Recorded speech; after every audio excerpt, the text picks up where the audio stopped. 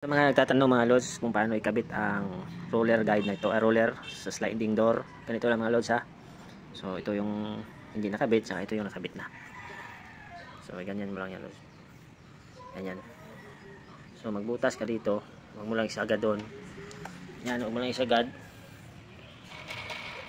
Tapos mayroon siyang konti naka-uslit. Yan. Ito lang mga lods.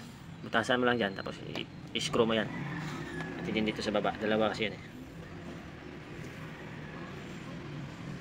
Dito sa itaas naman lods, ganito yung itsura niyan.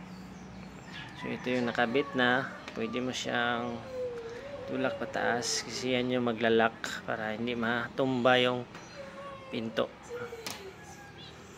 So ganyan, may butas din siya.